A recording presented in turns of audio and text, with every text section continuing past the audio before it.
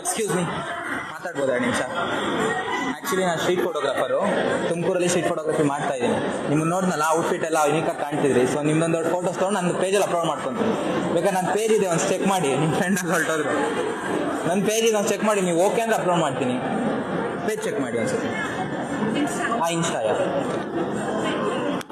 ತಗೊಂಬೋದಾ? ಪರವಾಗಿಲ್ವಾ? Upload ಮಾಡ್ತೀನಿ ಒಂದ್ಸ, ಏನು problem ಇಲ್ಲ ಅಲ್ವಾ? ಇನ್ನೊಂದು ಸ್ಟೆಪ್ ಇಂದ ಫುಲ್ಲು ಕ್ಯಾಟ್ ವಾಕ್ ಬಂದಂಗೆ ಬರಬೇಕು. ಬನ್ನಿ ಬನ್ನಿ.